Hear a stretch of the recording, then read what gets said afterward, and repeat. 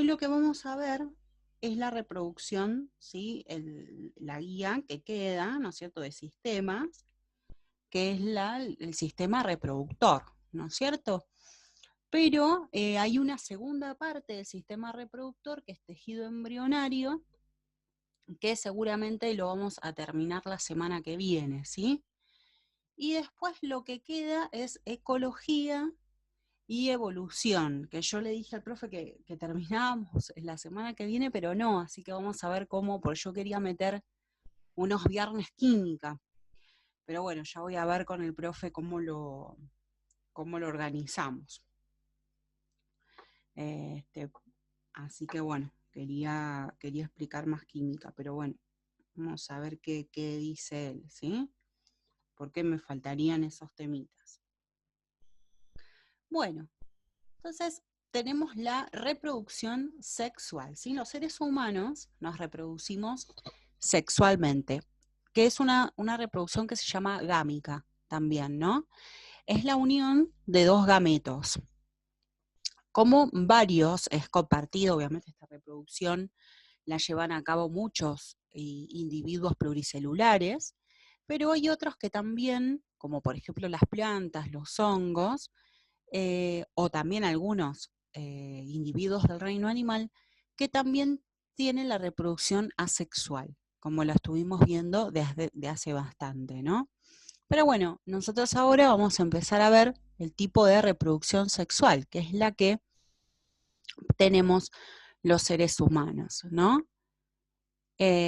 No hay una posibilidad de un tipo asexual como si a veces a varios tienen un ciclo alternado, ¿no? Bueno, entonces, para que exista reproducción sexual, debe existir células que sean diferentes. Esos dos gametos que nosotros decimos, por ejemplo, el óvulo y el espermatozoide, que lo vemos en una fotografía, ¿no? Tienen que ser células diferentes que van a aportar material genético para poder producir un cigoto, ¿sí? Un huevo cigoto, que forme después el nuevo ser, ¿no? Bueno, esas células, como te comentaba, son los gametos o gametas, ¿sí? Se puede decir de las dos maneras. ¿De dónde surgen? De lo que habíamos visto en división celular, de un proceso que se llama meiosis, ¿no? Que se dividen a la mitad los cromosomas, porque el espermatozoide debe tener 23, en el ser humano obviamente, y el óvulo 23, para después restituir esa cantidad cromosómica en 46, ¿sí? Por ejemplo, el perro dice 78, el gato 38, o sea, todas las especies tenemos diferente cantidad de cromosomas, pero bueno, en el ser humano los gametos deben tener 23, ¿no es cierto? Bueno, entonces las gametas son la excepción en las cuales presentan la mitad. Por eso son haploides. Tienen número N, ¿sí?, de cromosomas, como ya lo vimos en genética, en división celular, eso ya lo tienen presente. Y las células somáticas, que son las que no son las sexuales, no son los gametos, son todas las demás, una célula epitelial, una célula muscular, una neurona, etcétera, bueno, tienen número diploide, en que en el ser humano serían los 46, ¿no es cierto? Hay células, hay excepciones de células, por ejemplo, en las células hepáticas del hígado hay algunas que son poliploides, significa que tiene más de 2 juegos de cromosomas, ¿no? Pero bueno, son algunas excepciones. Acá tenemos una fotografía de un espermatozoide, entonces en contacto con la superficie del óvulo. Entonces esa fusión entre los dos va a dar origen al cigoto, que va a restaurar el número diploide. Hay distintos tipos, ¿no?, de reproducción sexual. Hay una reproducción que se llama isogámica. Iso, ¿te acordás que es igual? Que es el tipo de reproducción sexual porque en las cuales, en realidad iso, ¿por qué? ¿No? Porque son iguales los gametos. Son iguales. No es el caso de los seres humanos. Pero, por ejemplo, hay protozoos, hay algas, hay hongos que tienen este tipo de reproducción sexual y los dos gametos son idénticos. ¿Sí? No hay uno que sea femenino y masculino, no se puede denominar así, ¿no? Por eso a veces se emplea signos positivos o negativos como para decir que los dos son diferentes, ¿no? Y cómo se comportan. Y también pueden ser anisogámica. Entonces ahí los gametos, en ese tipo de reproducción, son diferentes, ¿sí? O anisogámica, y también se puede decir heterogámica, ¿no? Entonces que es la más frecuente, bueno, y de la mayoría de los organismos pluricelulares. Entonces ahí ya hay una diferencia morfológica, ¿no? Hay uno que generalmente es más pequeño y más móvil, y el otro es mucho más grande, ¿no? Y es más sedentario. Bueno, que sería el óvulo, ¿no es cierto? Ahí lo vemos, en la izquierda abajo, y arriba de la imagen vemos los espermatozoides ya maduros. Y la fecundación, que es la unión de las gametas, pueden ser externa o interna. La fecundación externa se necesita un medio acuoso, o sea, acuático, externamente para que se pueda realizar la fecundación. Entonces es propia de los animales acuáticos, ¿no? En cambio, la fecundación interna es propia en la evolución porque ya, o sea, propia de los animales terrestres, porque la evolución hizo que como no se puede, hay aire, ¿no? Afuera. Entonces, en el medio externo. Entonces, sí o sí, se necesita una fecundación interna, ¿no? Que es, bueno, ya ahí los seres humanos tenemos fecundación interna. Y bueno, hay una diferencia también en cómo se desarrolla, ¿no es cierto?, el óvulo. La unión, o sea, primero la fecundación, que es interna o externa, y después el desarrollo del cigoto o del embrión. Por ejemplo, vivíparos son todos aquellos animales que se desarrollan en el interior del aparato reproductor de la hembra, ¿no es cierto? Después se nace de la hembra y ya, bueno, después ya pasa a formar parte del ambiente propio de todos los mamíferos, ¿no? El ser humano, el perro, la vaca, los elefantes, bueno, etcétera, ¿no? Después de ocurrida la fecundación, se forma el embrión, ¿no? Carolina, ahí está. Después se forma el embrión, ¿no? Y en el cual hay una estructura especializada en donde se recibe todos los nutrientes para que pueda crecer, para que pueda madurar, para que pueda producir sus órganos y después que esté listo para nacer, ¿no? Ahora, el tiempo y toda la formación del nuevo ser, ¿sí? El tiempo donde va a gestarse ya depende de la especie, no es propia de todos los vivíparos, no es igual. Los ovíparos son animales que ponen una estructura que se llama huevo, ¿sí? En donde se va a desarrollar el embrión fuera del cuerpo de la mamá, fuera del cuerpo de la madre, ¿no? Entonces ya hay las hembras ponen huevos, entonces es el desarrollo fuera del cuerpo materno. ¿Quiénes son propios? Las aves. Y los ovovivíparos es cuando los huevos permanecen dentro del cuerpo de la hembra hasta su eclosión. O sea, es como una mezcla entre vivíparo y ovíparos. Hay huevos, pero se desarrollan dentro de la hembra, ¿no? Puede producirse inmediatamente antes del parto o después. El ovoviviparismo, ¿sí? Estos animales ovovivíparos, tienen como comportamientos en común entre los vivíparos y ovíparos, ¿no es cierto? Por ejemplo, los tiburones lo tienen, algunos peces, todos los reptiles y algunos invertebrados, diversos animales invertebrados comparten esta característica. Tenemos la serpiente, ¿no? Como representando ovovivíparos. Y bueno, y el mamífero, que es el murciélago, ¿sí? Estos ñandúes como ovíparos. Bueno, entonces hablábamos de los gametos, ¿no? Ya nos vamos metiendo más en los seres humanos. Entonces, el gameto masculino, ya podemos hablar de gameto masculino y femenino, porque son, como dijimos, muy diferentes. El espermatozoide y el ovocito secundario, que ya sabemos que en realidad en vez de llamarse óvulo se llama ovocito secundario, pero bueno, comúnmente se lo denomina como óvulo, ¿no?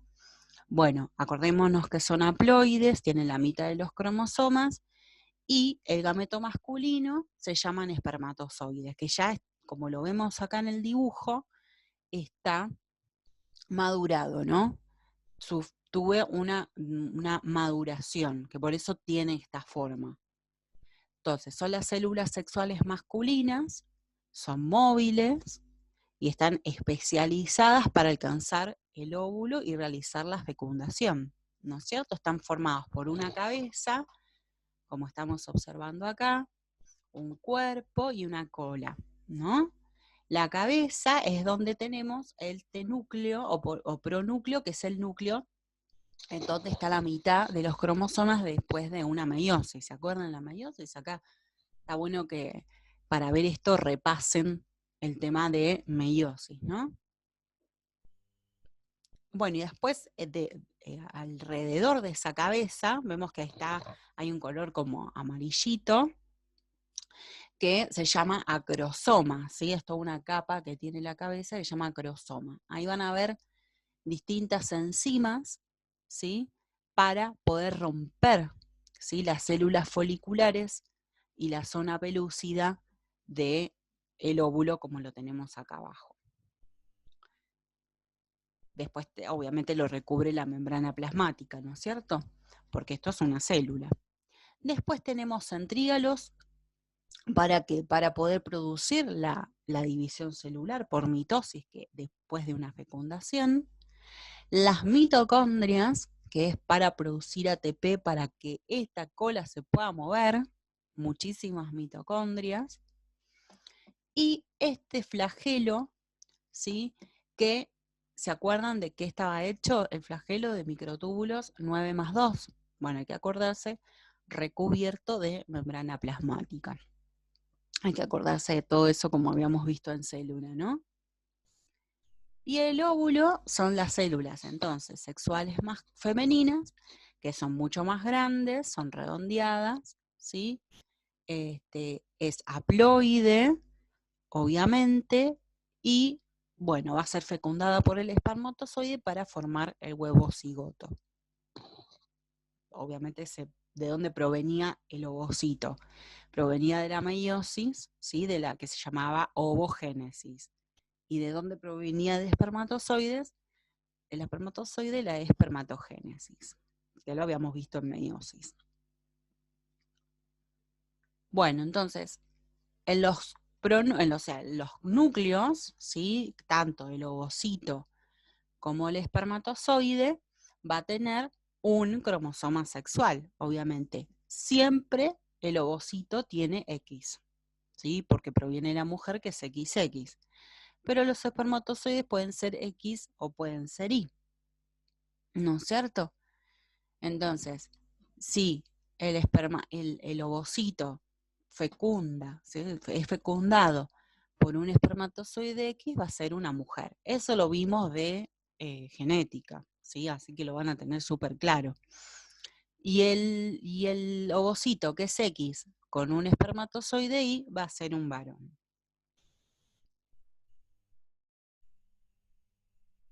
Entonces, el sistema reproductor, ¿sí?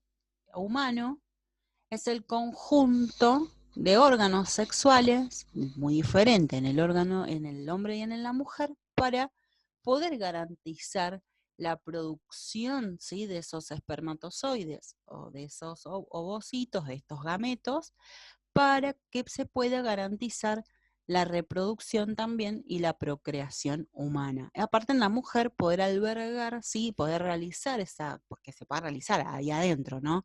En ese lugar, la fecundación y el desarrollo del embrión, ¿no es cierto? Aparte de producir los gametos, ¿no?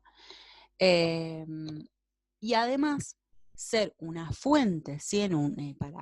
Para el sistema de reproducción, el reproductor también, una fuente de placer sexual, ¿sí? En el acto sexual. Entonces, bueno, aplica para todos estos conceptos el aparato reproductor, no solamente para reproducirse, sino para también un placer sexual en el órgano, en el hombre o en la mujer, ¿no es cierto? Pero bueno, naturalmente sería para la reproducción. Vamos con el sistema reproductor masculino. ¿Sí? Bueno, está formado por una parte visible, que es la externa, sería la parte externa, como bien dice en la parte izquierda ahí de la imagen, y una parte interna, obviamente, ¿no? Y la parte que es oculta, una parte interior. La parte externa, lo que es visible, es el, el escroto, ¿sí? O bolsa escrotal, que contiene internamente las gónadas, ¿sí? Una de las gónadas que se llaman testículos, ¿no es cierto? Bueno, que ahí es donde se van a producir los espermatozoides, ¿no? Y después, ¿qué es lo que contiene también en la parte externa? El pene, ¿sí? Con el glande y el prepucio, ¿sí? El glande está en la punta, acá lo vemos, del pene y el prepucio que lo recubre, ¿no? Después está el cuerpo esponjoso, ¿sí? El cuerpo cavernoso, etcétera, que vamos a ir viendo después. Esta es la parte externa. Y la parte interna, ¿sí? La parte que está en el interior, tenemos la uretra, que ¿dónde la habíamos visto la uretra? En el sistema urinario, la clase pasada, ¿sí? Compartido en el hombre por el sistema urinario y el sistema reproductor, que también es la salida del semen con los espermatozoides, pero también la salida de la orina, ¿no es cierto? Bien, los testículos, ¿sí? Que si bien están en la parte externa, pero están dentro del escroto, ¿no? En donde se van a producir dos tipos de secreciones, ¿no es cierto? Endócrinas, porque se producen las hormonas sexuales, ¿sí? ¿Se acuerdan? La testosterona. Y también los espermatozoides, ¿no? El epidídimo, que está en la parte por encima, ¿sí? Del testículo, ¿no? Que es donde maduran los espermatozoides. El conducto o canal deferente, por donde van a ir, ¿sí? Las hormonas, no las hormonas, sino que, perdón, las hormonas van directamente a la sangre, pero acá los espermatozoides, ¿sí? Eso sería. Ese es el conducto o canal deferente, la vesícula seminal, que la vemos acá, ¿sí? La vesícula seminal, las glándulas de Cooper, que las vemos acá, y la próstata, que es esta que está por debajo de la vejiga, ¿no? Esta es la vejiga, ¿ven? Que es compartida la uretra, que lo vemos acá, ¿no es cierto? ¿No? Que ahí es por donde sale el semen, ¿sí? O la orina de la vejiga, ¿no? La uretra, los uréteres, perdón, acá tenemos los uréteres y la uretra. Los uréteres, perdón, están por encima, este, es la conexión entre los riñones y la vejiga, ¿sí? Esa es la uretra. La uretra es la que tenemos acá. Bien. Voy a ver si me faltaba otra cosita. Bueno, acá vemos otra imagen, ¿sí?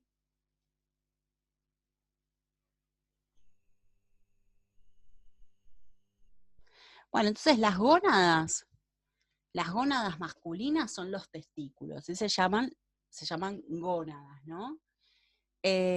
Como les comentaba, actúan como glándulas de secreción, que puede ser endocrina o exócrina, ¿no? Porque exócrina sería cuando segregan espermatozoides, ¿no es cierto?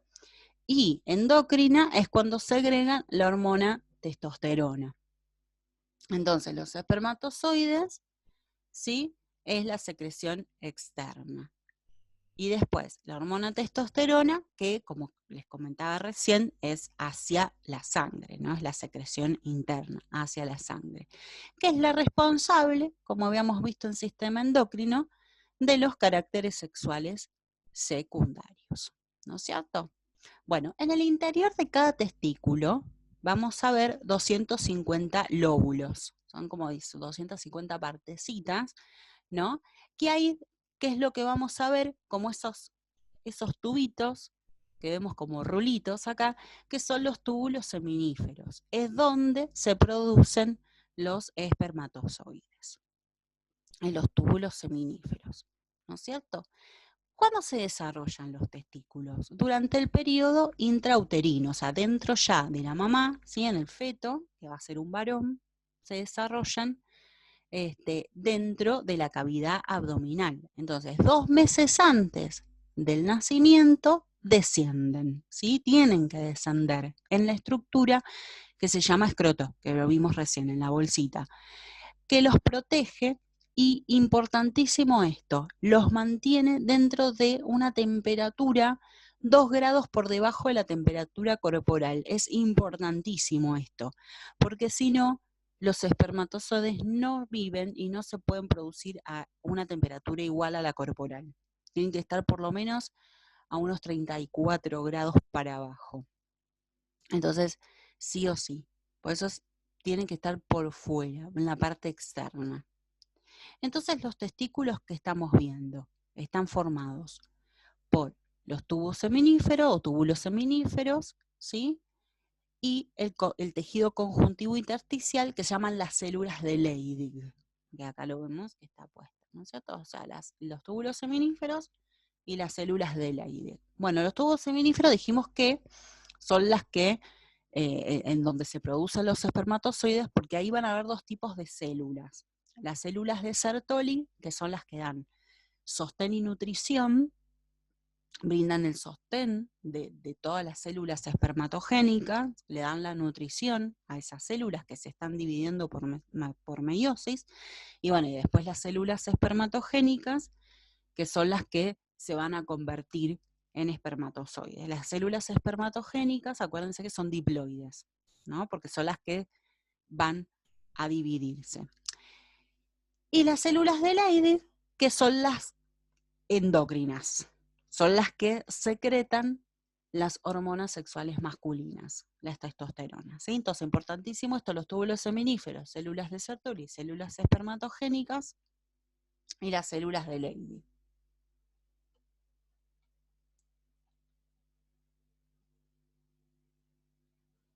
Bueno, habíamos dicho entonces que el escroto es la bolsa que aloja los testículos, ¿no es cierto? Por afuera del abdomen, ¿no? Bueno, ¿qué vamos a ver en la zona de la piel? Bueno, cubierta con un vello, ¿no es cierto? Y ¿para qué? Para protección, obviamente. Y la piel del escroto está formada por 7 capas. Hay 2 musculares, ¿no? Y la más superficial se llama dartos, ¿no? Del escroto de la muscular. Y la más profunda, cremaster. La primera, la dartos, frunce la piel, ¿sí? Y la segunda, la cremaster, lo que hace es elevar los testículos hacia el abdomen. Obviamente, dependiendo de la temperatura ambiente, ¿sí? Entonces, eso es importante, la musculatura, para independientemente de cómo sea el medio ambiente, ¿no? Bueno, dijimos que están por fuera porque la temperatura tiene que ser más baja para que los espermatozoides se puedan producir y puedan madurar adecuadamente, y es más sensible al frío, el escroto, o sea, es sensible hacia el medio ambiente, ¿no? Y en la evolución fetal, por ejemplo, la cavidad del escroto se conecta con la cavidad abdominal, ¿sí? Una estructura que se llama procesos vaginales. En realidad, directamente se cierra y bajan, como dijimos los testículos, ¿no? No están conectados, directamente están por fuera de la cavidad abdominal.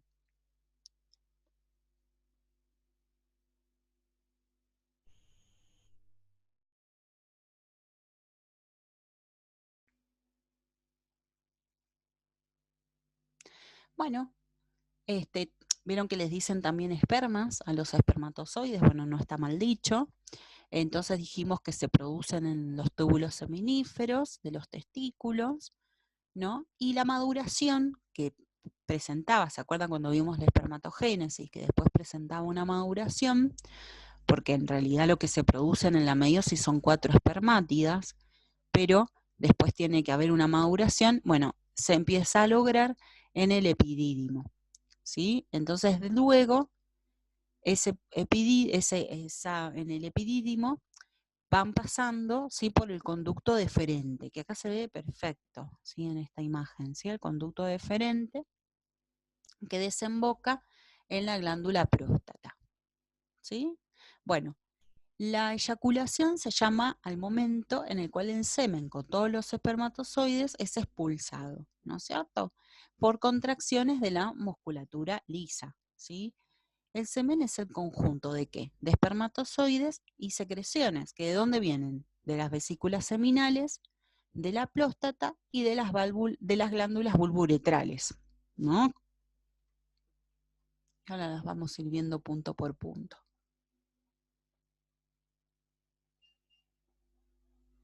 Bueno, entonces, ¿qué es el epidídimo?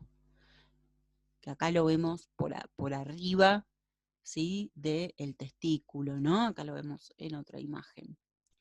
Es un tubo, ¿sí? Es muy alargado, son tubitos que, bueno, obviamente están formados por circunvoluciones porque está para ocupar menos volumen. Está situado en la parte posterior superior del testículo, conecta los conductos deferentes con los testículos, obviamente todo ese conducto deferente con los testículos, y está dividido el epidídimo por una cabeza, un cuerpo y una cola, ¿no? Que la cola es la que está unida al conducto deferente. Más o menos tiene una longitud de 5 centímetros y un diámetro de 12 milímetros. Ahí, entonces, es el sitio de maduración de los espermatozoides. Más o menos, obviamente esto es aproximado, requieren entre 10 y 14 días para terminar la maduración, ¿no? Y ser capaces de fertilizar al óvulo, ¿no es cierto? O sea, necesitan esa maduración para poder fertilizar. Si no lo realizan, no van a poder, más que necesitan de esa cola para moverse, ¿no? Entonces, en el epidídimo también se almacenan los espermatozoides y los que no son eyaculados se reabsorben en ese lugar, ¿sí? Desaparecen en ese lugar. Entonces, los espermatozoides abandonan los túbulos seminíferos en donde son creados e ingresan en el epidídimo. Ahí más o menos se almacenan hasta 4 semanas, ¿no? Y después, bueno, como dijimos, se reabsorben. Pero los que continúan, ¿sí? Por el conducto deferente, que van hacia la cavidad pélvica, ¿sí? Se van a vaciar en la uretra, ¿sí? Que es el conducto común que yo les comentaba, la salida de la orina, como lo habíamos visto en el sistema urinario.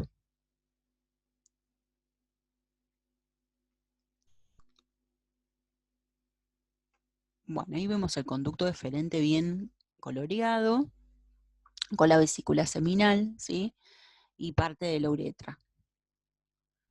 Bueno, ¿qué son los conductos deferentes? Entonces, ¿no? Son vasos, ¿no? Rodeados por musculatura lisa, más o menos de 30 centímetros, que van a conectar el epidídimo con los conductos eyaculadores, ¿no? De la uretra, ¿no? Cuando ocurre la eyaculación, los túbulos los tubos con musculatura lisa se van a contraer. Entonces ahí el semen va a ir disparado hacia conductos eyaculadores y después la uretra, ¿no es cierto? Ahí va a ser expulsado al exterior, ¿sí? ¿Qué pasa con qué sería la vasectomía? Bueno, justamente la vasectomía es un método anticonceptivo, obviamente es permanente, en donde ¿qué es lo que se cortan? Los conductos deferentes. Entonces los espermatozoides no van a pasar hacia la uretra, ¿sí?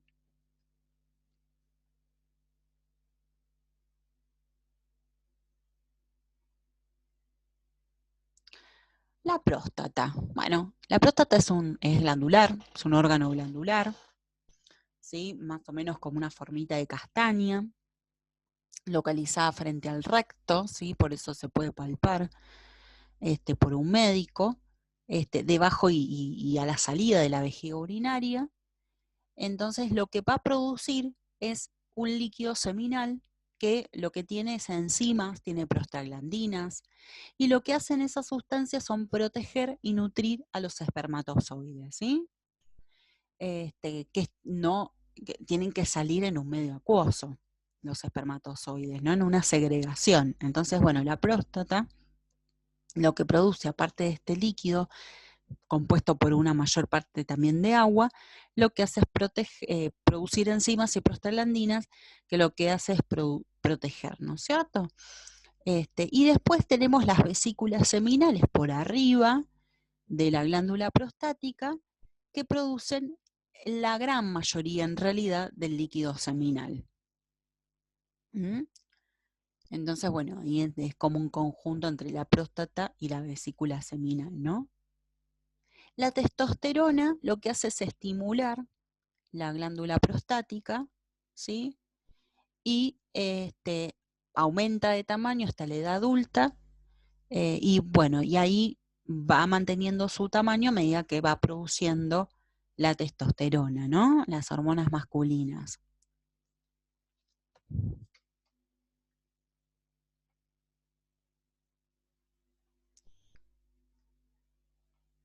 Los espermatozoides, obviamente, después de la maduración se van a encontrar suspendidos en un fluido, ¿sí? Que era la secreción, dijimos, de las glándulas que dijimos que tenía.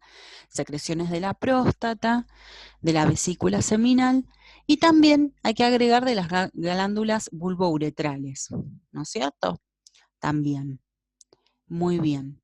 Bueno, las vesículas seminales, ¿sí? Son dos reservorios membranosos en donde se va a acumular el esperma o semen, ¿sí? Que utiliza para la acumulación de esperma o semen después del epidídimo, porque habíamos dicho que se reservaban ahí, pero luego de ya pasar, ¿sí? Hacia los conductos deferentes. Entonces lo que produce es, dijimos, una secreción, ¿sí? Una secreción que es la mayor parte del líquido seminal, que está compuesta por fructosa. ¿Se acuerdan de la fructosa? Es un monosacárido, ¿sí? Una cetosa, y también está formado por prostaglandinas y fibrinógenos, ¿sí? Producen el 60% del volumen total del semen. Acá lo vemos, la vesícula seminal, ¿sí? Acá se ve por atrás la próstata. Están detrás de la vejiga y por encima de la próstata, ¿no?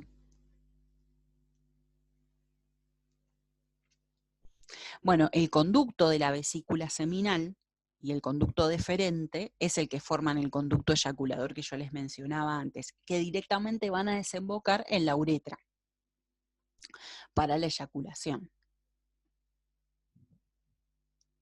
Bueno, las válvulas uroretrales es lo mismo que las glándulas de Cooper. Creo que en la primera imagen estaban las glándulas de Cooper, decía glándulas de Cooper. Bueno, son las glándulas bulbouretrales, ¿sí? Acá se ven. Bien, entonces, son dos glándulas debajo de la próstata, ¿no? Y también secretan, ¿sí? Pero secretan un líquido alcalino, que es importantísimo, porque lubrica ¿sí? Y neutraliza la acidez de la uretra, porque la uretra hay que acordarnos que puede contener algún residuo de orina, ¿sí? Entonces neutraliza y lubrica esa acidez, ¿no? Puede llegar a contener algún espermatozoide, este líquido. Entonces, por eso no es tan efectivo el retiro del pene y liberar la eyaculación por fuera de la vagina, ¿sí? Porque puede ser que este líquido, que se va liberando antes de la eyaculación, pueda tener algún resto de espermatozoide, ¿sí? Algún espermatozoide.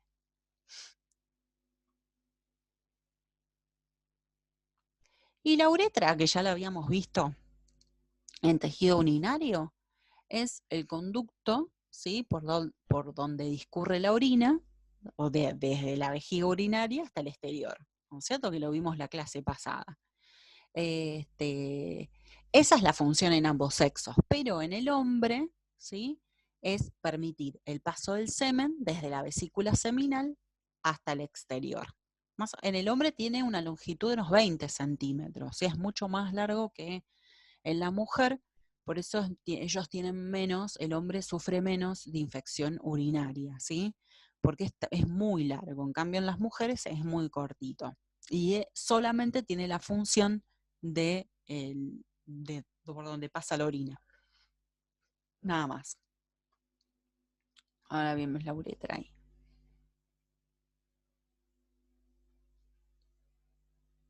Bien, si me quieren hacer alguna pregunta, aprovechen, ¿sí? Ustedes sacan el micrófono, me escriben por el chat, es lo mismo. Bien, el pene, ¿sí? El pene es un órgano musculoso, ¿sí? Es músculo membranoso, se llama así. Finaliza en una dilatación que habíamos visto que se llamaba glande, ahí lo vemos en este dibujo,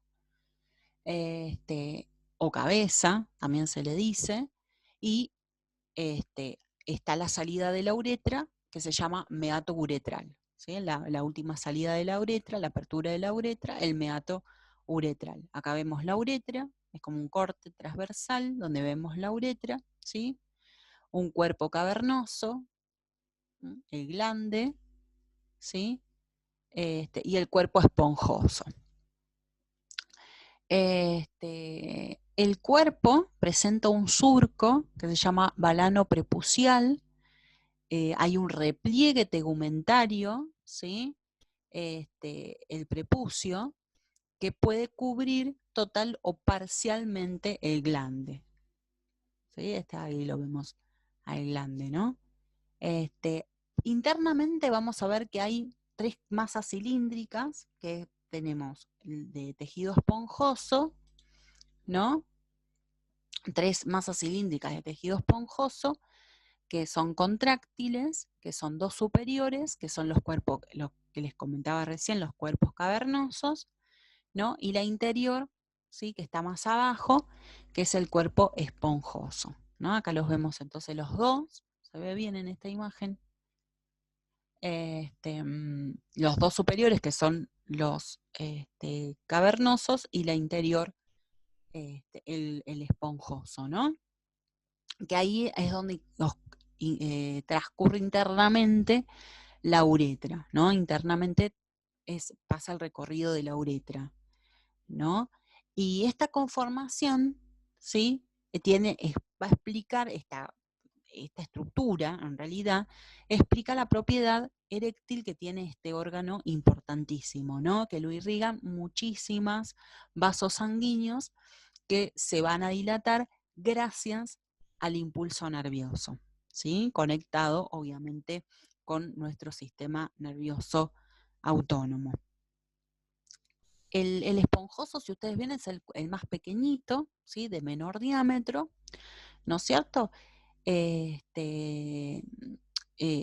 el interior, ¿no es cierto? Del pene, ¿no? Y la función es evitar que durante la erección se comprima la uretra, ¿no? Entonces es el conducto por el cual son expulsados tanto el semen como la orina. Esa es la función del cuerpo esponjoso, tratar de que se comprima, que no se comprima, en realidad evitar que se comprima esa uretra.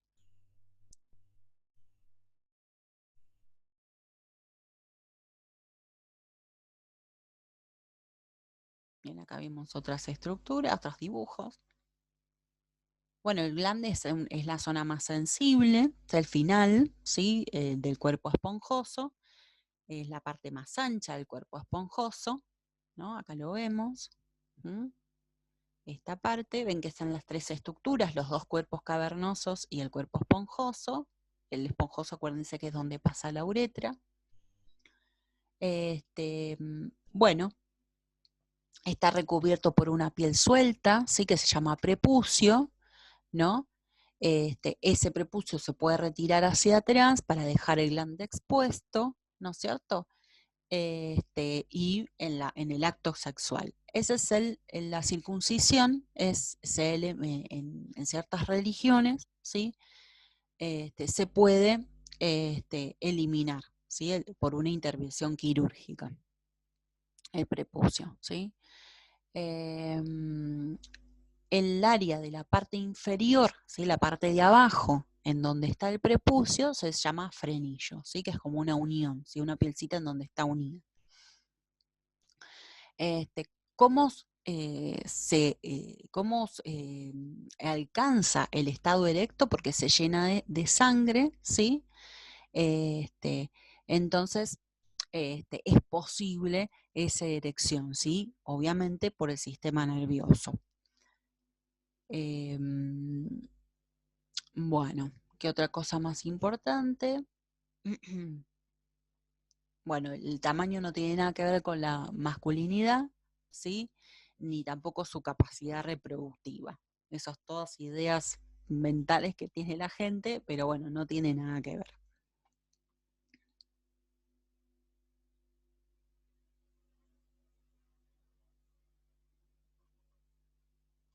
Bueno, entonces, a ver un poquito de repasar la espermatogénesis, ¿se acuerdan?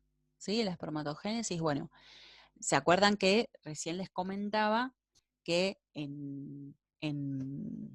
entonces el testículo tiene estas dos, ¿sí? Partes, que son las células de Leydig, que son las que producen la testosterona, y las células de Sertoli, que son las que dan nutrición, ¿sí? Y las espermatogoides, que es la otra parte, ¿sí? Que son diploides. Entonces, la primera división meiótica produce el espermatocito secundario, que ya es haploide, ¿sí? Primero, por divisiones de mitosis, tenemos espermatocitos primarios, que siguen siendo diploides.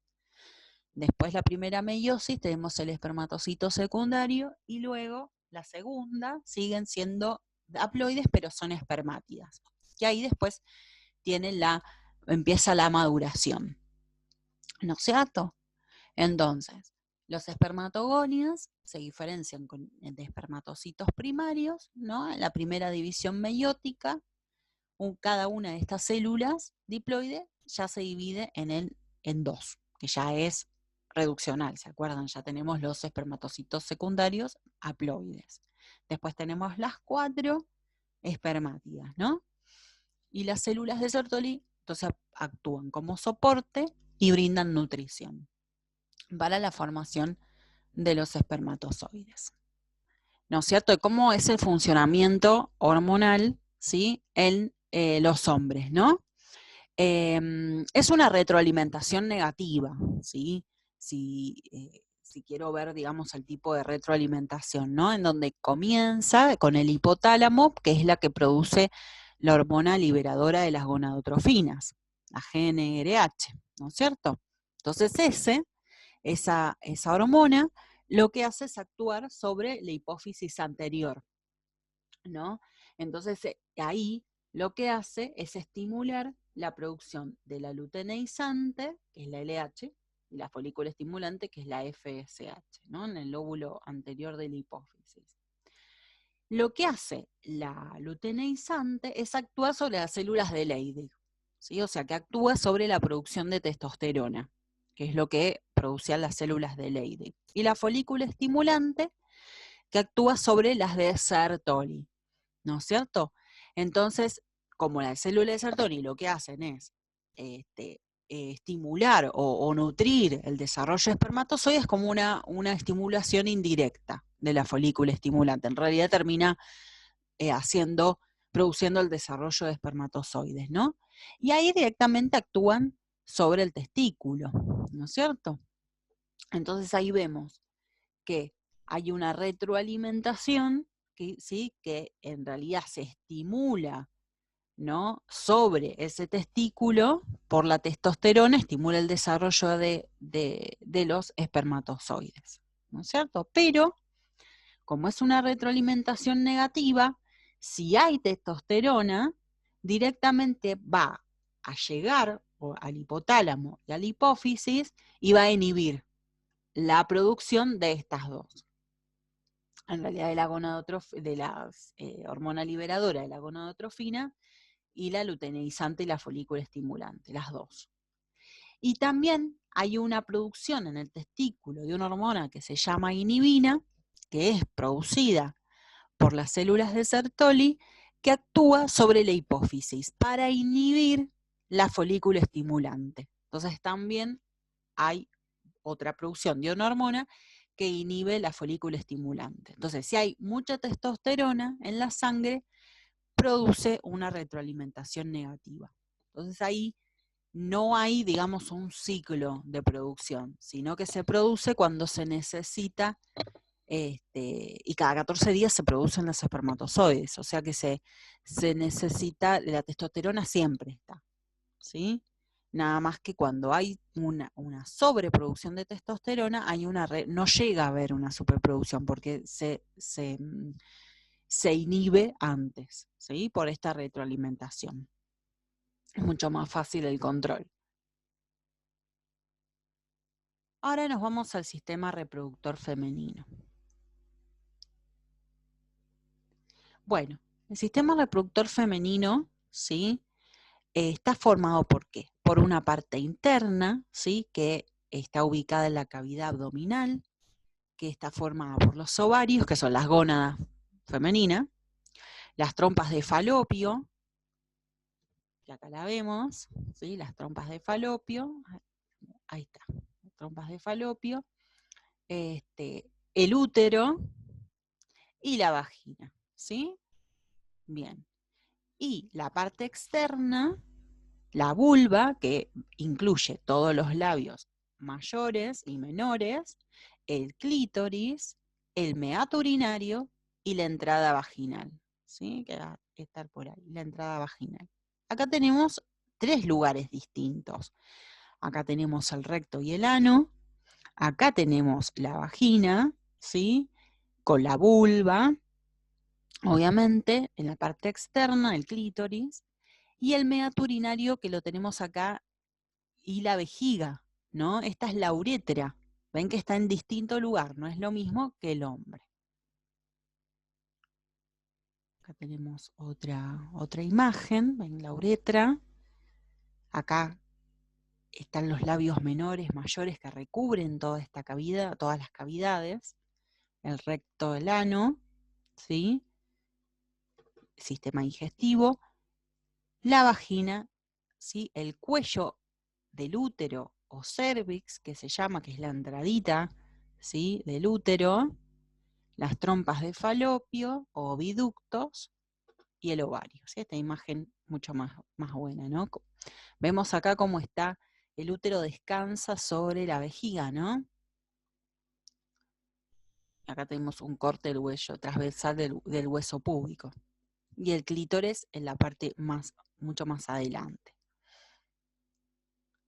Bueno, entonces empezamos por la parte externa, la vulva, ¿no? Que es el conjunto de órganos genitales de la mujer, externos, ¿no? Son 2 estructuras, por ejemplo, junto con la vagina, diferentes, y órganos de la copulación, ¿sí? Propiamente dichos. La vulva, ¿qué es lo que vamos a encontrar en la vulva? Un vestíbulo, ¿no? En donde está la entrada para la uretra y la entrada para la vagina, como lo vimos en el corte transversal de recién. Y vamos a encontrar los labios mayores, los labios menores, el monte de Venus, ¿sí? El clítoris. Ahí en esta imagen se ve mucho mejor. Bueno, acá se ve la apertura uretral, la vagina, los labios menores y los labios mayores. Y el ano, obviamente, en la parte posterior. El clítoris es un pequeño órgano eréctil, que es una importante estructura para la excitación sexual, ¿sí? En la mujer. Bueno, los labios menores ven que están recubiertos por los labios mayores, ¿sí? Que están, obviamente, rodeando los orificios de la vagina y la uretra. La uretra tiene una longitud de 2,5, ¿sí? Y 4 centímetros, ven que es mucho menor que en el hombre, ¿no? Y desemboca en la vulva, entre el clítoris y la entrada vaginal, ¿sí? De la vagina. Se encuentran también las glándulas de Bartolín, que secretan un flujo para lubricación de la vagina durante el coito, ¿sí? Durante la relación sexual. Bien, acá también vemos coloreado como las imágenes del sistema reproductor masculino. Las mismas imágenes están muy lindas como para observar, ¿no? Bueno, la vagina es un conducto, ¿no es cierto? La vagina es un conducto, es lo que estamos viendo coloreado, elástico, muy elástico, obviamente hasta para la salida de un bebé, ¿sí? Se entiende desde la vulva hasta donde está el cervix, ¿no? Hasta el útero, ¿no? Hasta el cuello uterino, hasta el útero, ¿no? Es aplanada, ¿sí? Y bueno, se pegan las paredes a no ser que ingrese, ¿sí? El pene o algún, qué sé yo, la copa, que ahora se usa la copa menstrual, ¿sí? Porque podemos introducir una copa o para la menstruación, o ay, no me sale la palabra, un tampón, ¿sí? Bueno, la longitud es de 8 y 11 centímetros aproximadamente, pero puede dilatarse, como yo les comentaba, 4 o 3 centímetros más. El diámetro es de 3 a 6 centímetros. Posee muchos estratos que son musculares, con fibras circulares, longitudinales, porque para que sea elástico, vieron que los elásticos tienen fibras longitudinales y transversales. Bueno, entonces los músculos también van a ser de este tipo. Funciones: canaliza el flujo menstrual, ¿sí? Por donde pasa el flujo menstrual hacia la salida, la entrada del pene, ¿sí? Donde introduce el semen para que se pueda llevar a cabo la fecundación, pero no se realiza la fecundación en este lugar, la fecundación se realiza en las trompas de falopio, ¿sí? Es la vía de salida del feto, ¿sí? Del bebé, luego de la placenta, ¿sí? Y bueno, es el área en donde, en la vagina y en el clítoris, es donde las mujeres tenemos la mayor cantidad de terminaciones nerviosas, ¿sí? Por eso hay una estimulación importante. Bueno, y al principio, ¿sí? Si no hubo relación sexual, la vagina está protegida por un himen, que es una membrana, con algunas perforaciones que permiten la salida de la menstruación, pero esa membrana se puede romper, ¿sí? Obviamente, si a esa mujer no se le rompió, ¿sí? Por ninguna otra causa, ¿no? Como una actividad deportiva, se rompen las primeras relaciones sexuales, ¿sí? Por eso hay alguna pérdida de sangre luego de la primera relación sexual. Eso depende de la mujer. Puede ser que sea mucho, poco o nada, ¿sí? El útero, que en algunos lugares se denomina matriz, igual llamado útero, es el órgano exclusivamente para la gestación, nada más, ¿sí? Es un órgano solamente para eso, para gestar, para que se implante el embrión luego de la fecundación, situado entre la vagina y las trompas de falopio, ¿no? Es el órgano donde se implanta, como les comentaba recién, el cigoto, para el desarrollo del embarazo, ¿no? A ambos lados se presentan unos ligamentos redondos que unen, ¿sí? mantienen en su lugar, ¿sí?, al útero, esos ligamentos, y el útero está formado por dos regiones principales, ¿sí?, por dos lugares importantes, que es el cuerpo uterino, ¿sí?, todo el cuerpo del útero, le decimos útero propiamente dicho, ¿no? Donde ahí se encuentra la unión con las trompas de falopio, y el cuello cervix, ¿sí?, que es la unión con la vagina, ¿sí?, que sería esta partecita, el cervix. Bueno, las paredes del útero, ¿sí?, ¿qué es lo que tienen? El miometrio, ¿no es cierto? El miometrio, que es muscular, tejido muscular liso, ¿sí?, por el sistema nervioso, controlada por el sistema nervioso autónomo, y el endometrio, que es una capa mucosa, ¿sí?, que recubre por dentro, ¿sí?, al útero, que es lo que cae, ¿sí?, en la menstruación, es el endometrio. A cada uno de los lados, digamos, de los dos lados superiores, hacia los dos lados del útero, en realidad, encontramos los ovarios, ¿no?, que son las gónadas femeninas, que son las que producen los óvulos, ¿no es cierto? Cuando no hay embarazo, el útero tiene una medida, ¿sí?, mide unos 7 centímetros, 5 centímetros de ancho y 3 de grosor, aproximadamente, ¿no? Pero cuando el óvulo se implanta, fecundado se implanta, empieza a crecer, ¿no? Entonces ahí empieza a albergar el feto y empieza a aumentar de tamaño.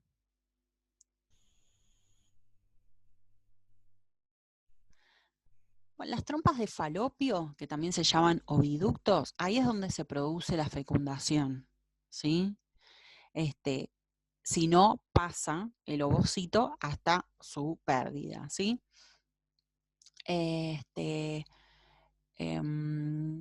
Importantísimo los oviductos, porque están formados por muchísimos cilios en la parte interna para poder desplazar al ovocito, ¿sí?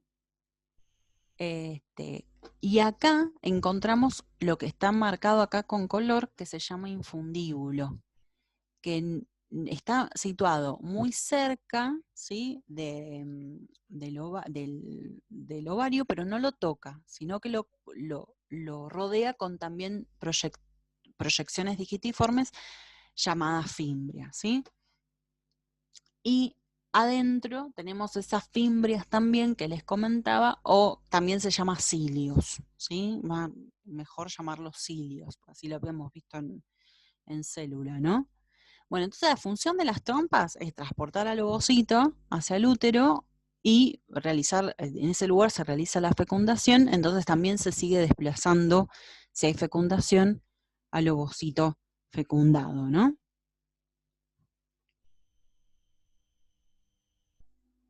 Entonces ven que acá es donde ocurre la fecundación, acá es donde se van moviendo los espermatozoides, ¿no? Entonces cuando hay fecundación, el ovocito se transporta por la trompa, ¿no? Por esa acción de esos cilios. Entonces se dirige hacia el útero. Y hay también movimientos. Los mismos movimientos, ¿se acuerdan cómo se llamaban de sistema digestivo? Que se llamaban movimientos peristálticos. Por eso es musculatura lisa, ¿no? Siempre piensa en musculatura lisa. Entonces ocurre la fecundación en la trompa de falopio, en un extremo que se llama distal, ¿sí?, la parte más separada, más lejana al útero, y aproximadamente tarda 7 días en llegar al útero después de la fecundación. Si el ovocito no es fecundado, se desintegra o se elimina, ¿sí? Los ovarios. Bueno, los ovarios son las gónadas en donde se produce ese excretor, también una parte excretora, que es donde se producen los ovocitos, y una parte endocrina, que es donde se produce el estrógeno y progesterona, estas dos hormonas importantísimas, ¿no? Son dos, obviamente los ovarios, una estructura con forma de almendra, a ambos lados del útero, como vimos en las imágenes anteriores, ¿sí? Y bueno, se produce la ovogénesis, ¿sí? Que es la meiosis, donde se empieza a producir la ovogénesis, la meiosis de la producción del óvulo, que es uno solo, ¿se acuerdan que habíamos visto en meiosis? ¿No? Y esto se produce, se termina, empieza la meiosis, ¿no es cierto?, que queda en diploteno en la profase 1 de la meiosis hasta la pubertad, que va continuando la meiosis, uno cada 28 días. Sí, o sea, ya al nacimiento el ovario de una niña ya posee más de 1 millón de células que son las futuras gametas. Ya nacemos, las mujeres nacen con millones de ovocitos, ¿sí? En diploteno. Diploteno era una de las fases, ¿se acuerdan?, de la meiosis 1. Entonces, la pubertad comienza, ¿sí? Uno cada 28 días, uno de cada ovario cada 28 días, se sigue, ¿sí?, la meiosis, ¿sí? Hasta uno cada 28 días, ¿no? Hasta la fecundación. Entonces, ese proceso se denomina ciclo menstrual. Ven que el óvulo se va rodeando, ¿sí?, en la maduración de un folículo, ¿sí?, que después se denomina folículo de Graf, y luego en un cuerpo polar. Que ese cuerpo polar, que queda el amarillito ahí, ese cuerpo polar puede ser que si hay fecundación siga produciendo estrógeno y progesterona, si no, se desintegra como lo vemos en el dibujito.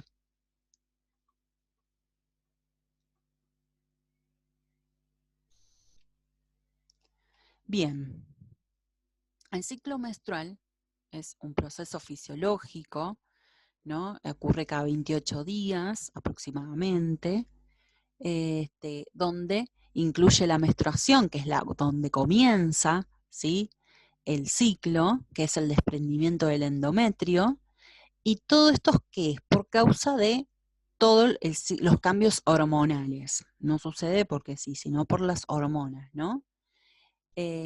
Siempre va a empezar el ciclo siempre y cuando no haya fecundación, ¿sí? Implantación, obviamente, ¿no? Bien, entonces el ciclo menstrual no solamente son cambios hormonales, sino que también son anatómicos, también de la pared interna del endometrio, ¿no? Bien, entonces ven que acá comienza el ciclo, o sea, perdón, acá comienza el ciclo, que es está como en la mitad ahí. Acá comienza el ciclo, que es el primer día de la menstruación, en donde va bajando el endometrio, y luego, ¿sí?, más o menos esto tarda 7 días, obviamente todo depende de la mujer, y después comienza otra vez a formarse el endometrio, ¿sí? Acá se produce en el día 14 después del primer día. Todo esto de los días, obviamente todo depende de la mujer, es todo diferente, pero aproximadamente, ¿no? En el día 14 se produce la ovulación, si cuento desde acá. Desde el día 1 teníamos el día 7, 7 días más la ovulación, ¿sí? Y después, ¿sí?, si no hay ovulación, ya luego de los 14 comienza otra vez la menstruación. Acá está bien los días, me encanta este dibujo, ¿sí?, de Curtis. Ahí está, se ve un poquito mejor ahí. Porque está bien con la producción de la luteinizante y la foliculante, ¿sí?, de la hipófisis, justo con la liberación de las hormonas estrógeno y progesterona, y la fase de la ovulación, el flujo menstrual, la fase proliferativa, la secretora, justo con las capas del endometrio, ¿sí?, y como para que se vea con los días. Está buenísimo. Bien, entonces acá estamos viendo, ¿sí? Estamos viendo el espesor del tejido endometrial con los días. El día 1 es donde el primer día de la menstruación, ¿sí? Es donde se produce el flujo menstrual, ¿no es cierto? Esa fase, o sea, varía dependiendo de la mujer. Son 7 días aproximadamente, pero hay mujeres que es 3, 4, 5, 6, 7, ya más por ahí de 10, ya es tal vez un problema, ¿no? Que hay que consultarlo con el médico. Pero bueno, más o menos de 5 a 7 días. Después empieza una fase proliferativa, en donde va creciendo el endometrio, ¿no es cierto? Y acá es donde se produce la ovulación, justamente, en donde se mantiene constante en una fase secretora, y luego, o en el día 28, si no hay fecundación, comienza otra vez el ciclo menstrual, ¿sí? Entonces, ¿por qué está dado esto? ¿Por qué? Bueno, acá es una fase, primero veamos esto, en el flujo menstrual y en la fase proliferativa hay una fase que se llama, según el ciclo ovárico, este es el ciclo uterino, que es lo que pasa en el útero. Pero en el de ovario, ¿qué pasa? Cuando hay flujo menstrual y fase proliferativa hay una fase folicular. Acá está madurando, madurando significa que está continuando la ovogénesis, después del diploteno, un ovocito, ¿no es cierto? Entonces acá se produce la ovulación, más o menos día 14 del primer día de la menstruación. Contamos desde el primer día, en el día 14, se produce la ovulación, ¿no es cierto? Entonces ahí empieza una fase secretora, ¿no? Que si esto no hay fecundación, a las 24 horas no hay fecundación, ¿sí? Ahí comienza, después del día 28, otra vez la fase, el flujo menstrual, o sea, la fase folicular de otro ovocito, ¿sí? Pero si acá hay fecundación, ese cuerpo lúteo se mantiene como les comentaba. Entonces, ¿qué pasa con las hormonas? Porque todo esto, ¿por qué pasa? Por esto, por las hormonas, ¿no es cierto? Entonces, las hormonas hipofisiarias que se liberan, las mismas que los hombres, ¿ven? La luteinizante y la folícula estimulante, que en la fase folicular se mantienen estables y luego, para que se produzca la ovulación, ¿sí? Se aumentan su cantidad. La luteinizante un poquito más que la folícula estimulante, pero ¿qué hacen? ¿Para qué? Para que se produzca la ovulación y la fase secretora. Ellas van a ir a los ovarios, ¿sí? Se van a dirigir a los ovarios, donde los ovarios lo que van a producir en esta parte, antes de la ovulación, va a aumentar los estrógenos, donde se mantenían junto con la progesterona muy bajos, ¿sí? Cuando cae, ven que cuando está bajo la progesterona más que nada, es donde se produce la menstruación. O sea, ¿por qué se produce la menstruación? Porque la progesterona baja, ¿sí?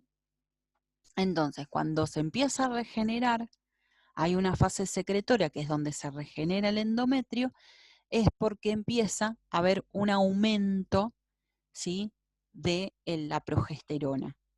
Los estrógenos caen un poquito, luego se elevan y luego caen los dos otra vez si no hay fecundación. Pero se eleva la progesterona. Ustedes fíjense que está alta, ¿sí?, con la fase secretora. Luego, si no hay fecundación, la progesterona cae junto con el estrógeno y hay menstruación. ¿Sí? ¿Se entendió más o menos? Me expliqué, digamos, ¿no? Cómo sería el por qué, ¿sí? Y lo que sucede en el ciclo menstrual. Y esto pasa cada 28 días. No es como el hombre que es sucesivo, ¿no es cierto?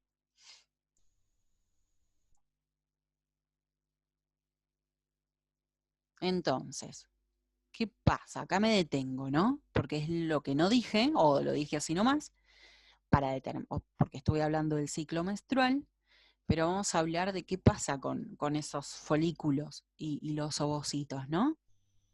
Bueno, los ovocitos primarios empiezan a formarse en el feto. Dijimos dentro de la nena, que va a ser una nena, ¿no es cierto? Una mujer, dentro del cuerpo de su mamá.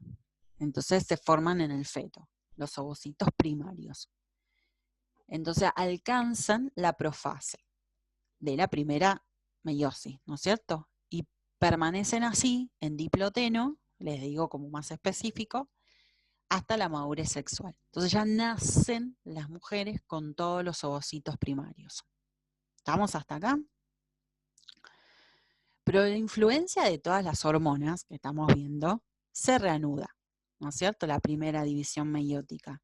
Entonces empieza a ver qué queda como resultado, qué aparece, el ovocito secundario, ¿no? Y el cuerpo polar. ¿Por qué? Porque la meiosis producía cuatro células, pero en la ovogénesis, la diferencia con la espermatogénesis, que se va a producir un solo ovocito. Entonces se produce un ovocito secundario y un cuerpo polar. Cuando un ovocito primario está listo para completar la meiosis, la primera, ¿no es cierto? La primera división meiótica se completa antes de la ovulación, pocas horas antes, ahí no, como ahí nomás de la ovulación, ¿sí? Es la primera división meiótica. O sea, no es que está mucho tiempo, sino que antes de la ovulación. Y ahí da un ovocito secundario y otro cuerpo polar, que es la otra célula que no lleva, no pasa nada con esos cuerpos polares. Se desintegran, se pierden. Entonces, lo que estamos ovulando no es un óvulo propiamente dicho, sino que es un ovocito secundario. Ya haploide, obviamente, ¿no? Como el primario. Entonces, la segunda división meiótica va a ocurrir ¿dónde? En la fecundación. Si no hay fecundación, no termina, ¿sí? La segunda división meiótica. Entonces, recién en la fecundación la va a completar. Entonces, como que en la fecundación, en realidad tenemos un óvulo, propiamente dicho, ¿no? Después que el ovocito secundario es expulsado del folículo que se produce la ovulación, se da origen al cuerpo lúteo, que es eso amarillo que rodeaba al ovocito, ¿no? Primero es un folículo y después un cuerpo lúteo, ¿sí? Si el óvulo no es fecundado, entonces el cuerpo lúteo, chau, se pierde. Pero si el óvulo es fecundado, el cuerpo lúteo es importante esto, porque continúa fabricando estrógenos y progesterona, que se necesitan en grandes cantidades, ¿sí? Para mantener ese embarazo. Después la placenta sigue produciendo progesterona, entonces hace que se mantenga el útero para todas las condiciones del embarazo, ¿no? Obviamente, pero al principio el cuerpo lúteo lo produce. Entonces, todo lo que son las células foliculares rodean, ¿sí?, a el ovocito y está cerca, ¿sí? Esos folículos están cerca de la superficie del ovario, no están muy adentro. Por eso los dibujitos siempre lo van colocando en la superficie, ¿no es cierto? Y secretan estrógenos, como les comentaba, para el crecimiento del folículo, ¿sí? Y para la formación del endometrio, como veíamos en la imagen esta, ¿sí? Que es lo que aumentaba el estrógeno.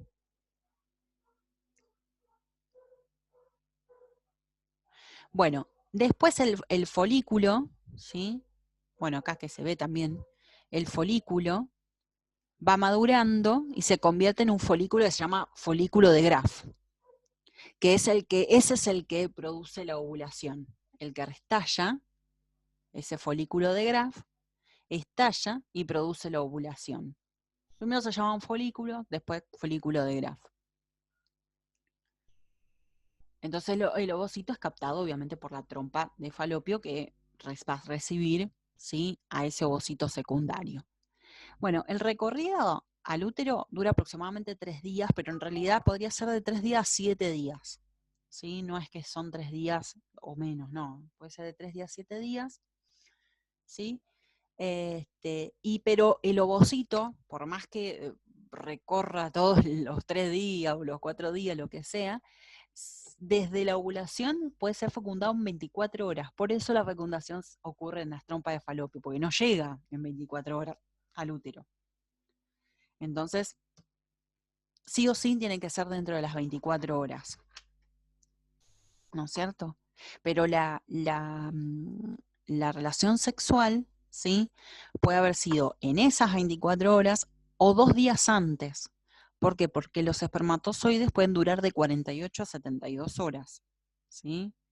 Entonces, puede haber sido que tiene que ser obviamente la relación sexual en ese momento o 2 días antes. ¿Sí? Ya después de esas 24 horas no va a pasar, ¿sí? La fecundación.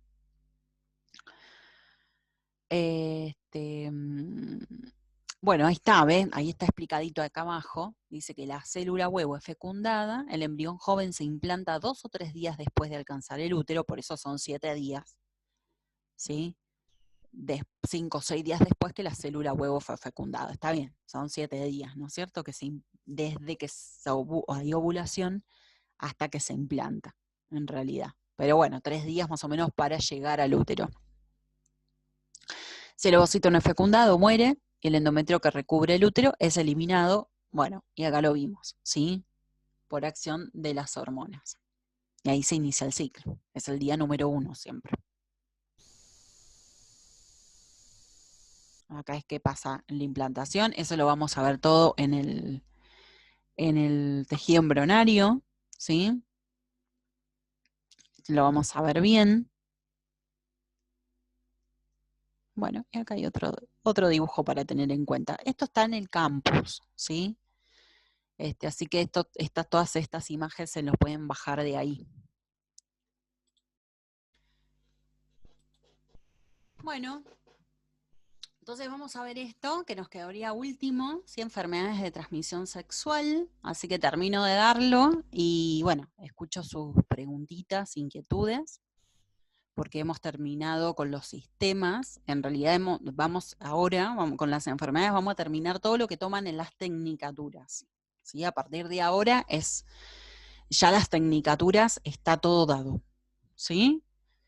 Faltaría entonces tejido embrionario y la partecita que quedó de ecología, de evolución y ecología, ¿sí? La primera parte, digo, de ecología y evolución, que eso también lo toman solamente en medicina. Pero bueno, ya ahora terminamos con tecnicaturas. Por lo menos para que estén tranquilos, el que quiera rendir tecnicaturas, ya está. Ya está Esta es dado. la que estamos viendo, perdón. Ajá, hasta, Esta es la que estamos viendo ahora. claro, ¿viste esta guía? Esta guía está como dividida en dos. Está la Sí, parte anatomía y fisiología del sistema reproductor y después está la parte de tejido embrionario, que empieza acá. sí. Acá. Esta parte no la toman en tecnicatura, desarrollo embrionario. O sea, hasta acá, toman en tecnicatura. O sea, Bueno, toman la parte de anatomía y fisiología del sistema reproductor, lo toman, pero no desarrollo embrionario. Eso es solo de medicina.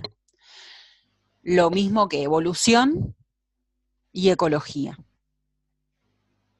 entonces esta sería la última guía.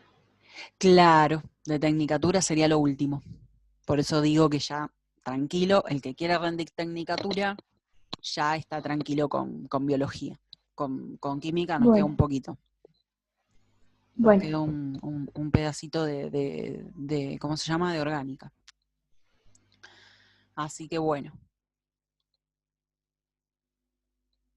Bueno, entonces, enfermedades de transmisión sexual, explicadas brevemente, ¿sí? Por las dudas que les tomen algo. ETS, sí es su sigla. Y bueno, son algunas afecciones que el denominador común es el contagio por las relaciones sexuales, ¿no? Bueno, linfagranuloma venéreo es una de ellas, ¿sí? La bacteria que la produce es Clamidia trachomatis, ¿sí? Es la más común de las ETS. Es muy sensible el cérvix, por ejemplo en las adolescentes, a esta infección. No suele manifestar síntomas destacables, pero puede afectar el útero y las trompas y producir algún tipo de inflamación, ¿no? Puede en un 25% ocasionar esterilidad y embarazos ectópicos. Embarazos ectópicos es cuando generalmente tubarios, es específicamente donde se producen, se implantan las trompas de falopio, en vez de implantarse en el útero, ¿sí? Que no dan, obviamente, un embarazo. Otra es gonorrea, ¿sí? O blenorragia. La bacteria que la causa es Neisseria gonorrhoeae, ¿sí? Es un diplococo, es gram negativo, entonces produce una irritación, una toxina que produce irritación y dolor. Puede causar esterilidad si alcanza el epidídimo en los varones, también el ovario en las mujeres, si esa infección llega a las gónadas, y en formas extremas de la enfermedad no tratada puede llegar a provocar lesiones cardíacas y nerviosas, ¿sí? Ya aparece en otras zonas del cuerpo, pero no es cuando no es tratada, ¿no? Bueno, por eso se usan antibióticos para tratar todos estos tipos de enfermedades, ¿no? Como penicilina o tetraciclina. El virus de papiloma humano, que lo habrán escuchado, el HPV, ¿sí? Lo habrán escuchado un montón de veces. El papiloma virus, ¿sí? Es el virus que lo transmite. Puede producir verrugas genitales. También es una ETS muy frecuente. Se puede propagar porque tiene una alta propagación porque las personas generalmente son portadoras y no llegan a producir estos tipos de verrugas o síntomas. Entonces hay una mayor propagación del virus. Y las verrugas son benignas, ¿sí? No son lesiones muy, muy malignas, ¿no? Pero en la mujer, ¿sí? Es el cual produce el cáncer de cuello de útero, ¿no? Entonces, bueno, ahí viene la historia de que es peligroso, ¿no? Este virus. También puede producir cáncer de vagina y de pene, ¿sí? En los hombres. ¿Por qué? Porque este papilomavirus es un virus oncogénico, que lo vimos cuando vimos diversidad biológica en virus, que produce cánceres, ¿no? Que tenían ARN, ¿se acuerdan? Que tenían la transcriptasa inversa. Bueno, ¿cómo se detecta? Por eso es tan importante el Papá Nicolau, ¿sí? O el PAP, en mujeres después de tener su primera relación sexual, ¿no? Una vez por año realizar este estudio. Como tratamiento hay cirugías, hay láser, ¿sí? Etcétera, que se puede ir tratando. El virus del herpes simple tipo 2, ¿sí? Era como la más contagiosa, ¿sí? Antes del SIDA, obviamente ya lo superó el HIV.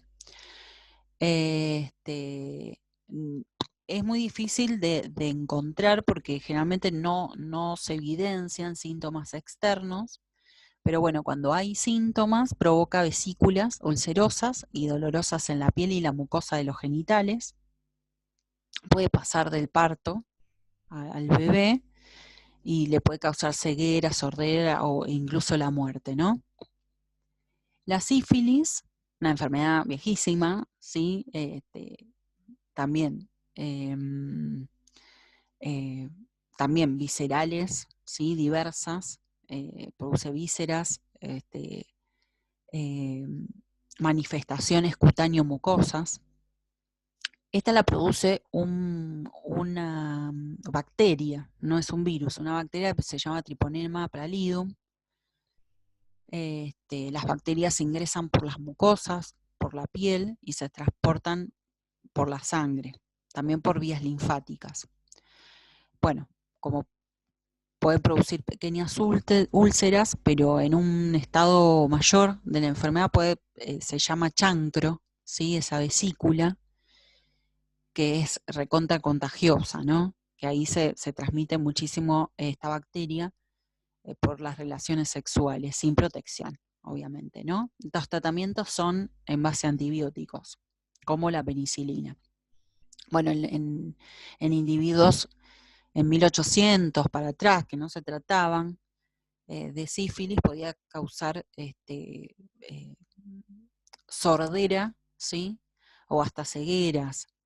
O sea, podía producir problemas en el sistema nervioso. Pero bueno, ahora son tratables, y bueno, no produce síntomas más que estas vesículas, ¿sí? Úlceras, pequeñas úlceras. Pero bueno, tiene que ser tratada. Creo que no me acuerdo si era Beethoven. Ay, nunca me acuerdo. Que me escucha por ahí, me va a matar, pero Beethoven o Mozart, que se quedó sordo, ¿sí? Y por tener sífilis. SIDA. Bueno, ya me imagino que no hace falta ni aportar más, ¿sí? A esta enfermedad. Ya la tienen en todas las guías, la guía sumamente explicada de diversidad biológica, en donde está el virus, pero bueno, está bueno mencionarlo porque es la transmisión de HIV, que es el virus, ¿sí? Uno de los más importantes desde los 80, porque no hay cura, ¿sí? Y bueno, lo que puede llegar a ocasionar es, ¿se acuerdan que podía aniquilar, digamos, los linfocitos, los glóbulos blancos? Entonces disminuía el sistema inmunitario. Entonces otras enfermedades pueden atacar a esa persona con el síndrome de inmunodeficiencia adquirida, por eso se llama así, y poder producirle algún tipo de enfermedad. Y bueno, por eso son más propensos al cáncer, etcétera. Pero no hay que olvidarse que también hay otras que son otras enfermedades de transmisión sexual, que son mucho, digamos, no tan nocivas como las anteriores, como por ejemplo Candida albicans, que es el hongo, ¿sí? Que la mayoría de las mujeres tienen, ¿sí? Micoplasmas, otros tipos de bacterias, Haemophilus ducreyi, bueno, parásitos, que te acuerdan que vimos, Trichomonas vaginalis, la ladilla, ¿sí? La sarna, bueno, que también se puede transmitir. Todo esto, ¿cómo se previene? De la mejor manera posible, usando preservativo, ¿sí? En las relaciones sexuales. Es la única y efectiva manera de poder evitar estos tipos de transmisión sexual.